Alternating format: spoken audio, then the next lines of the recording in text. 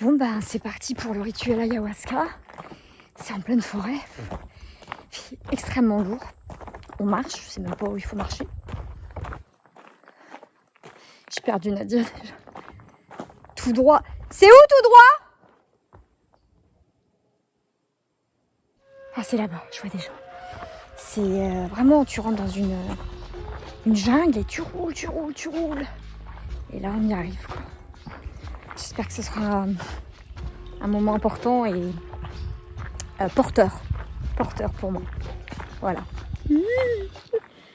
Bienvenue dans un nouvel épisode de CC Mexique où je vais en effet te raconter cette expérience incroyable, cette cérémonie ayahuasca et comme quoi le Mexique avait de quoi m'offrir beaucoup de choses.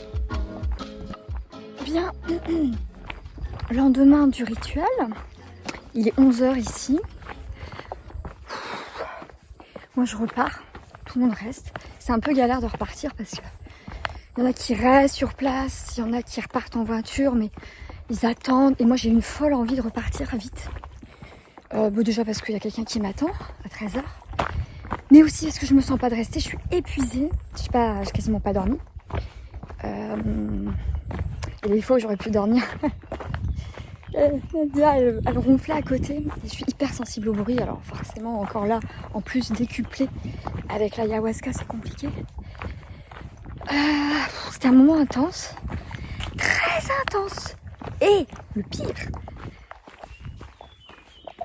c'est que moi j'ai pas une grosse dose. C'est bien fait, ils sont précautionneux ici, hein, vraiment. Il m'a dit voilà, je préfère te donner une petite dose et tu reprendras si tu le souhaites. Ah non, je n'ai pas souhaité en reprendre une dose. Bah, je n'aurais pas pu. Hein. Grosse bataille avec l'ego, avec plein de choses. Mais à la finale, ça ne se dit pas, mais c'est pas grave. Une notion d'amour, c'est con, hein. C'est toujours l'amour en fait qui importe et qui est dans le vrai. Mais c'est tellement simple qu'on se dit que c'est un peu gnangnan. Je parle pas de moi, hein. Je me dis pas c'est gnangnan, non, je l'expérimente. C'est vrai que c'est juste, c'est tellement simple et on n'y arrive pas, nous l'humanité. Je crois que je suis perchée quand je dis ça. Bref, là je suis très fatiguée, j'ai très chaud et il faut que je retourne à mon hôtel. Ça va être long. Mais j'ai besoin de me recentrer. Ça y est. Ouf. Oh, je me serais pas sentie de refaire une séance aujourd'hui. Hein. Oh là là, non. Non. On l'a fait. Waouh.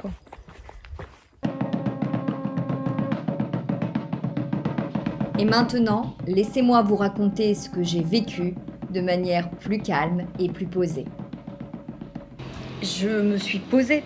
J'allais pas vous le faire en vlog parce que il me semblait nécessaire de pouvoir prendre le temps de vous exposer toutes ces choses, tout ce retour, et surtout pas à chaud, puisque là on est à plus 12 jours après la cérémonie ayahuasca, et que c'était important de faire ce travail d'intégration. Oui, car il y a un travail d'intégration. Bien, alors avant de démarrer mon retour sur expérience, pour ceux qui ne savent pas ce que c'est qu'un rituel ayahuasca, je vais vous expliquer rapidement ce que c'est. L'ayahuasca, c'est une plante, une liane, qui provient de l'Amazonie.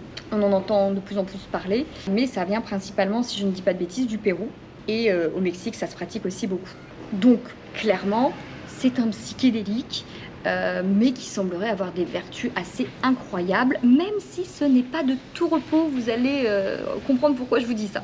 Il y a beaucoup de gens qui l'expérimentent. Il y a même des gens assez célèbres qui expérimentent et qui ont témoigné de ça, notamment Tim Ferriss, qui est l'auteur du best-seller La semaine de 4 heures, qui, au cours apparemment d'une espèce d'enquête, avait voulu expérimenter ça et avait explicitement dit que c'est fou ce que l'ayahuasca peut faire en 2-3 nuits comme évolution personnelle, et qu'apparemment ça l'avait aidé à faire taire cette colère qui le rongeait depuis une dizaine d'années, parce que c'est censé faire taire l'ego. Et là je sens qu'il y en a qui ont quitté la vidéo, qui disent oh là là, mais de quoi elle nous parle la Céline, oh là là, on ne comprend rien. Ah là c'est sûr qu'on va commencer à discourir sur une dimension un petit peu plus différente qu'un ado adulte, c'est évident. Bref, faire une cérémonie ayahuasca, c'est censé quand même t'apporter quelque chose de nouveau, te faire réaliser des choses et aussi te remuer profondément. Me concernant, évidemment, si vous avez suivi l'épisode précédent, vous savez que je l'ai fait en compagnie de Nadia, que tout s'est emboîté absolument parfaitement, comme si c'était écrit, comme si c'était prévu, et que seule je ne l'aurais pas fait. Et quand on arrive, évidemment, je n'ai pas pu filmer, par discrétion, respect vis-à-vis des autres, et puis pour mon moment à vivre aussi, mon expérience, j'allais pas être en train de vlogger un truc aussi important et aussi sacré, parce que j'y allais pas en mode touriste, j'ai envie de tester, j'y allais vraiment avec la démarche qui me semble la plus correcte, puisque c'est évidemment une cérémonie sacrée pour les gens qui la mettent en place. Donc tu arrives dans cette jungle, il y a une espèce d'immense hutte, à l'intérieur il y avait déjà des gens allongés sur une espèce de petit tapis de sol, il faisait une chaleur folle, tout était très silencieux, les gens étaient déjà très dans leur concentration, d'autres étaient à l'extérieur, assis comme ça sur des bancs, en train de méditer, en tout cas de réfléchir, déjà en introspection. Je vais pas vous mentir, au début je suis arrivée, je fais oula, où est-ce que je suis tombée? Pour ceux qui ont lu Rupture, Tarot et Confiture, vous savez de quoi je parle, il y a un chapitre où j'évoque des choses un peu ésotériques que j'ai déjà vécues et qui m'ont fait beaucoup rire et qui n'étaient pas du tout de l'ordre du sacré. Au final, après retour d'expérience, je peux vous dire que je suis tombée chez les malades. Et donc forcément, ça me fait un rappel à ce moment-là quand j'arrive, je fais oh là là là là là, où est-ce que j'ai foutu les pieds? Donc avec Nadia, on se prend aussi notre petit matelas, on se prend une place. Au centre de cette hutte, il y a un trou, c'est la cheminée, c'est l'endroit du feu finalement. Et on va attendre comme ça la tombée de la nuit. Pendant ce temps-là, le chaman est accompagné de sa femme et d'une traductrice et va nous parler de ce qu'est l'ayahuasca, de ce que ça peut faire, avec une phrase aussi très drôle. Si à un moment donné, après l'ingestion de l'ayahuasca, vous vous demandez quand vont commencer les effets, c'est qu'ils n'ont toujours pas commencé. Et c'était vrai, parce que quand ça commence, il n'y a pas de doute, tu le sais. Il y a aussi une préparation à mettre en place avant. C'est-à-dire que 5 jours avant, il y a des choses à respecter. On ne boit pas d'alcool, on ne se drogue pas, on ne mange pas de viande, on n'a pas droit au rapport sexuel, on mange léger, on ne mange pas pimenté, etc. C'est des choses que tu devras respecter également 3 jours après la fin de la cérémonie. Avant même d'ailleurs de m'y rendre, on reçoit tous un formulaire avec des questions, donc ton nom évidemment, ton adresse, ce que tu fais, mais également des questions de type est-ce que vous êtes en dépression? Est-ce que vous prenez des antidépresseurs? Est-ce que vous êtes en dépression modérée? Est-ce que vous avez le sentiment d'être suivi, d'être persécuté, etc., etc. Et j'ai trouvé ça très rassurant que ces questions soient posées. Parce qu'en effet, c'est tellement fort comme expérience que je pense que si tu es dans un état trop borderline, c'est peut-être quelque chose à ne pas faire, en tout cas pas dans des grands moments de mal-être, D'ailleurs, si tu prends des antidépresseurs, tu ne prends pas d'ayahuasca. Moi, je me suis dit, le moment est arrivé et le moment était parfait pour moi. J'aurais eu l'occasion 6 mois en arrière, je le faisais pas, même si je n'étais pas sous antidépresseur. Mais 6 mois en arrière, avec la douleur que je ressentais émotionnellement, je pense que ça aurait été très très très compliqué pour moi. Donc une fois les explications transmises par le chaman, elles vont durer longtemps, je pense que j'évalue ça à 1h30, il va ensuite commencer à nous proposer la potion. Donc avant on se fait une espèce de purification avec un bâton de sauge, j'imagine que c'était ça. Après cette purification il y a un petit tour où comme il nous parle de chakras, ils vont ouvrir le chakra couronne, le chakra coronal. Donc en fait donc sa collègue ou sa femme viennent et après avoir aspiré une bouffée d'une des cigarettes, voilà une cigarette à eux, c'est pas une Marlboro évidemment, ils viennent et ils soufflent au niveau de ton chakra couronne, c'est censé ouvrir le canal. Et on te dit qu'il faut rester plus ou moins assis comme en position de méditation pour recevoir le message de la plante. Il y a aussi un fait très très important, il y a une demande, c'est que tu dois demander ce que tu veux à la plante. C'est-à-dire que c'est quelque chose auquel tu dois réfléchir avant, et d'ailleurs dans le formulaire qu'on t'envoie, tu dois écrire ce que tu attends de la plante. Et je pense que c'est déjà en fait une première façon de te conditionner, c'est-à-dire qu'en te forçant à réfléchir à ce que tu aimerais savoir ou débloquer, ou ce sur quoi tu aimerais travailler, tu te conditionnes déjà plusieurs jours avant, tout en ne mangeant pas de viande, en n'ayant pas de rapport sexuel, en ne buvant pas, donc en fait en évitant tous les stimuli, toutes les activités qui peuvent te perturber finalement au rapport à toi, à ta conscience, à ta réflexion. Tu es déjà dans un processus et tu vas devoir demander à la plante au moment de l'ingestion de t'apporter finalement ces messages par rapport à ta propre question. Et moi, j'avais une requête absolue, je voulais ne pas prendre une grande dose. Je fais 45 kilos les gars, je bois une coupe de champagne, je suis pump it up. Il était évident que je ne voulais pas prendre une grosse dose. Et le chaman, en fait, il a très bien repéré ça, puisque j'ai même pas eu besoin de lui demander. J'y suis allée, donc on se lève et on se met à genoux sur un petit coussin face à lui. Lui, il s'est créé une petite place comme ça, avec tous ses instruments de musique, ses trucs, ses potions, sa cigarette. Bon bref, il a son petit trône, hein. Mais quand je dis trône, c'est très humble, hein, évidemment, il n'y a rien d'ostentatoire. Hein. Et il me dit, voilà, je vais te donner une dose un peu moins forte. Je pense que toi, il faut que tu y ailles step by step. Et j'avais entendu qu'il disait ça à 2-3 autres filles. Et si tu as besoin, et si tu le sens, au cours de la nuit, tu pourras reprendre une dose. Donc je bois, je demande, hein, et je dis, et ça c'était un message, un conseil d'Anaïs qui m'avait dit, demande à la plante d'être douce avec toi. Je lui ai dit, s'il te plaît, petite plante, sois douce avec moi. Je le bois. Le goût, il est pas bon, mais pas plus que du titri dans de l'eau, hein, pour ceux qui connaissent les huiles essentielles. J'avais vu des gens en faire... En fait, je me disais, ça doit être tellement horrible au goût. Et puis, c'est un goût de plante un peu amer, mais voilà, j'ai tellement pris de plantes et d'huile essentielle dans ma vie que finalement, ça passe. Et je vais me rasseoir. Et j'attends. J'ai dû attendre, je sais pas moi, une petite demi-heure. Et là, je fais, ok, ça commence. Premier truc, je vois un peu en pixelisé. Faut aussi se remettre dans le contexte, hein, comme je vous l'ai dit, on est dans cette grande hutte, tout le monde est en rond comme ça. Au centre, il y a le feu. Il fait nuit, donc en fait, on commence à voir les ombres. Il y a encore quelques personnes pendant ce temps-là qui en profitent pour retourner aux toilettes, etc. Donc, moi, je commence à voir ça. Je fais, ah ouais, on voit un peu en pixelisé. Les deux personnes qui passent, je les vois en ombre, mais très rapidement, je peux les voir voler hein, si je veux. C'est marrant, c'est rigolo, c'est un psychédélique. Très bien. Et puis, quelques minutes après, je me prends une violente claque, mais vraiment. Et ensuite, c'est là que le dur va commencer à arriver. Ça a duré des heures et des heures pour moi, hein, je vous le dis. Donc, c'est à la fois confus, à la fois extrêmement riche. Tout ce que je peux vous dire, c'est que j'ai eu, comme apparemment certaines personnes ont vécu ça, un moment, une grande angoisse, l'angoisse de mourir. C'est-à-dire qu'en fait, ça va tellement loin, tellement haut, qu'on se dit, je viens de faire une grosse connerie. En tout cas, ça a été mon cas. J'étais vraiment, comment vous dire, j'étais en train de me dire, merde, qu'est-ce que je fais là? Et j'avais ma conscience, excusez-moi, il y a un petit chat qui vient perturber ce tournage. Qui me disait, ne t'en fais pas, ce sont des psychotropes. J'avais lu un article là-dessus, d'un témoignage d'un gars qui avait fait ça au Mexique, qui pareil s'était dit, waouh, ça va trop loin, rappelle-toi, c'est des psychotropes. Excusez-moi, mais stop, mais c'est pas vrai. Et, vous avez tout en direct, je vais le laisser. Mais c'est ma culotte. Attendez, je vous montre parce que ça reste des vlogs à la limite. Regardez ça. Moi, je suis là. Il y a un petit chat qui est là. Et en fait, oui, mamacita, oui. Ouais, arrête donc. Elle foutait ses griffes là. Et en fait, là, il y a mes fesses et il y a mes culottes. Voilà, je reprends. Donc je vous disais, je m'accrochais à ce souvenir d'article.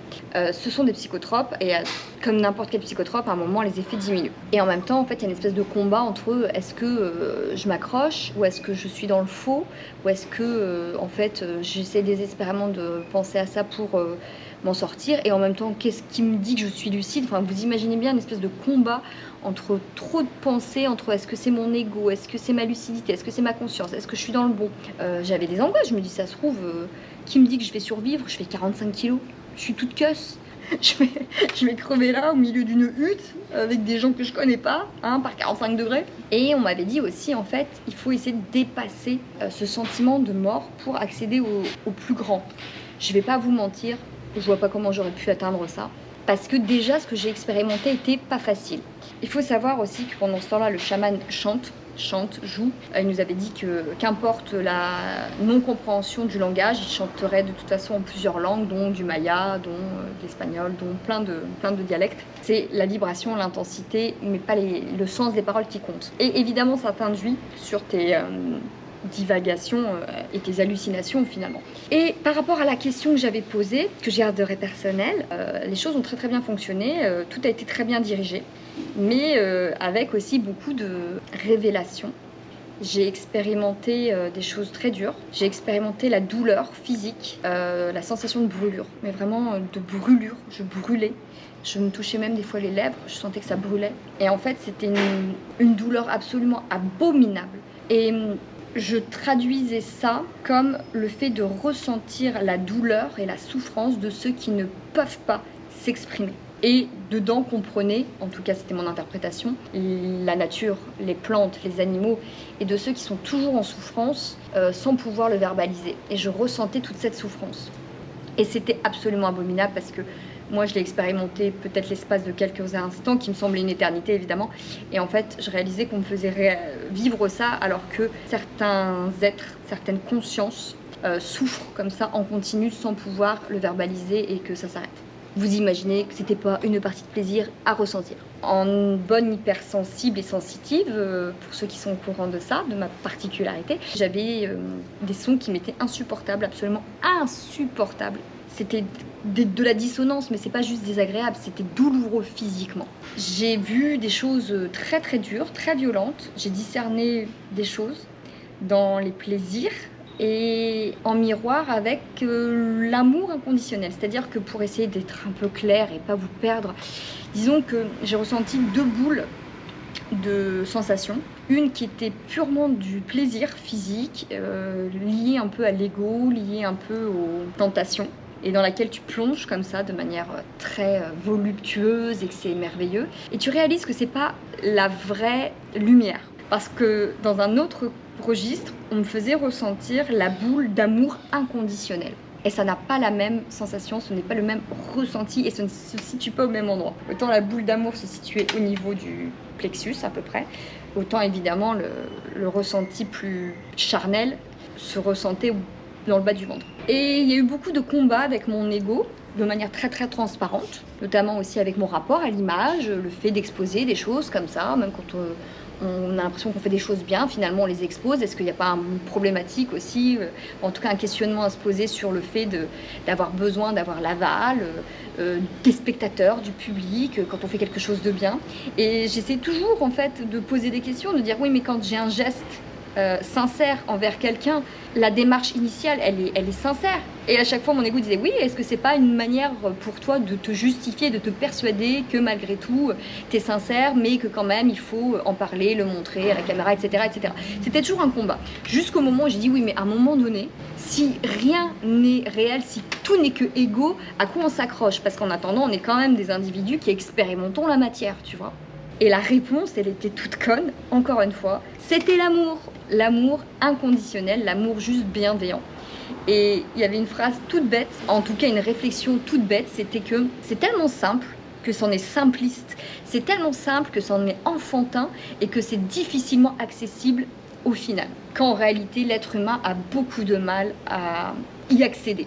Et voilà, pour toucher au bonheur, au bien-être, à l'harmonie, etc. etc. Hein. Toutes ces quêtes, hein. D'ailleurs, s'il y a eu un boom du développement personnel ces dernières années, c'est bien qu'il y a, en tout cas en Europe, c'est bien qu'il y a un besoin comme ça chez les gens de se trouver, d'aller bien, d'avoir des repères, des guides, des outils, des clés, évidemment. Et donc on a besoin de protocoles, de fioritures, de passer par des process, des rituels, des phrases, des formations, des ceci, des cela, d'enrober, pour avoir l'impression en fait qu'on mène un chemin, une quête, alors que la vérité serait, si tant est que ce que j'ai vu et expérimenté est quelque chose de juste, qu'il suffit d'aimer de manière inconditionnelle, comme ça, et là tu seras dans le vrai, tu seras dans le bon et tu seras dans le juste.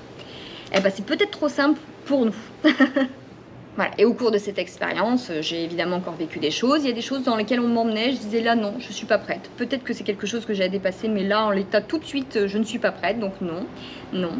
Il y a eu beaucoup d'autres révélations, hein, Mais la vidéo étant déjà bien assez longue, je m'arrête ici. Si c'est quelque chose qui vous intéresse, vous voulez en savoir plus, n'hésitez pas à m'écrire sur Instagram, je réponds à tout le monde. Et si vous souhaitez que je poursuive avec des questions-réponses, faites-le moi également savoir, je ferai dans ce cas un IGTV que je laisserai sur ma page. En attendant, je vous laisse poursuivre la vidéo avec ma tête d'après la sortie de la jungle. Je vous assure, c'était également une sacrée expérience. Voici les images. C'est un peu un enfer pour revenir, j'étais sur le bord de la route. Parce que moi, il fallait que je parte, tout le monde restait là-bas. Et en plein cagnard, il n'y a pas de taxi, il n'y a pas de collectivos.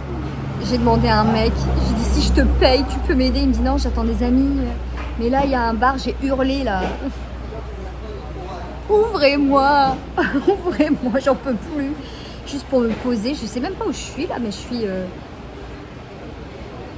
Je crois que je suis dans un parc d'attractions. Et je suis passée par la porte de derrière.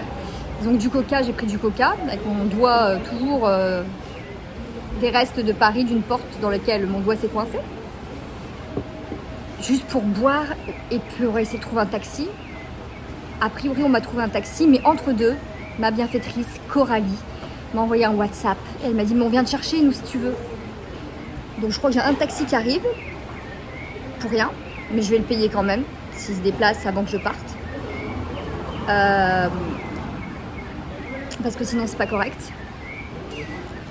Et Coralie arrive. Parce que franchement, je sais pas comment j'aurais fait. Je sais pas comment j'aurais fait pour regagner Puerto Morelos. À pied, j'ai regardé sur le plan, c'est 4h20. Sur des routes comme ça, en plein cagnard. Hein. Tu vois, il n'y a pas de... Comme une autoroute presque. Hein. Et c'est là qu'on se dit, tu vois, heureusement que nous vivons avec des gens prêts à aider. C'est tellement important, grand Dieu, la solidarité, le service apporté à l'autre. Je sais pas comment j'aurais fait. J'aurais pleuré, ça c'est sûr. Voilà. Je sais pas ce qui est le plus dur là, si vous voulez, est-ce que c'était ma nuit ayahuasca ou là? Je crois que c'est ça en fait. Tu sais, t'es fatigué, t'as pas dormi, c'est très fort et en plus, tu peux pas rentrer chez toi normalement, tu sais pas comment faire, t'es chaud, t'es fatigué, t'as pas de solution, tu parles pas bien. Mais merci Coralie et son chéri quoi. J'ai hâte qu'ils arrivent, tellement. Finalement, c'est bien en taxi que je suis retournée jusqu'à mon hôtel. Il est arrivé avant que Coralie et son petit ami ne viennent à moi. Ce qui n'enlève en rien le soulagement que j'ai ressenti quand j'ai su et réalisé que quelqu'un était prêt à venir en aide à cette pauvre personne désemparée. Et une fois arrivée et une bonne douche prise, il m'a fallu plusieurs jours pour m'en remettre. Quelques jours plus tard, à mon retour à Playa del Carmen, si la vie voulait me convaincre des signes et des synchronicités, il n'en fallait pas plus. Elle m'a fait revoir lui. Brooke. Ce garçon, c'est la seule personne que j'ai identifiée lors de la cérémonie ayahuasca. Nous étions une vingtaine. Je ne reconnaîtrais personne. Mais lui, il était allongé à côté de moi. On ne s'est pas parlé durant toute la nuit. Et me voilà en train de déjeuner et de lever la tête et de voir qu'en face de moi, il y a ce même homme, le seul que je reconnais, qui me reconnaît, alors qu'il n'habite même pas Playa del Carmen. Mais bien sûr, tout ça ne sont que des coïncidences, n'est-ce pas? La prochaine fois, je vous parlerai de comment un ouragan a littéralement détruit tous mes projets de soirée d'anniversaire et comment la rencontre avec cette personne a largement contribué à faire bifurquer mes projets de grand voyage pour vivre un autre genre d'aventure. Mais ça, ce sera bien sûr au prochain rendez-vous de CC in Mexique. Bisous bisous.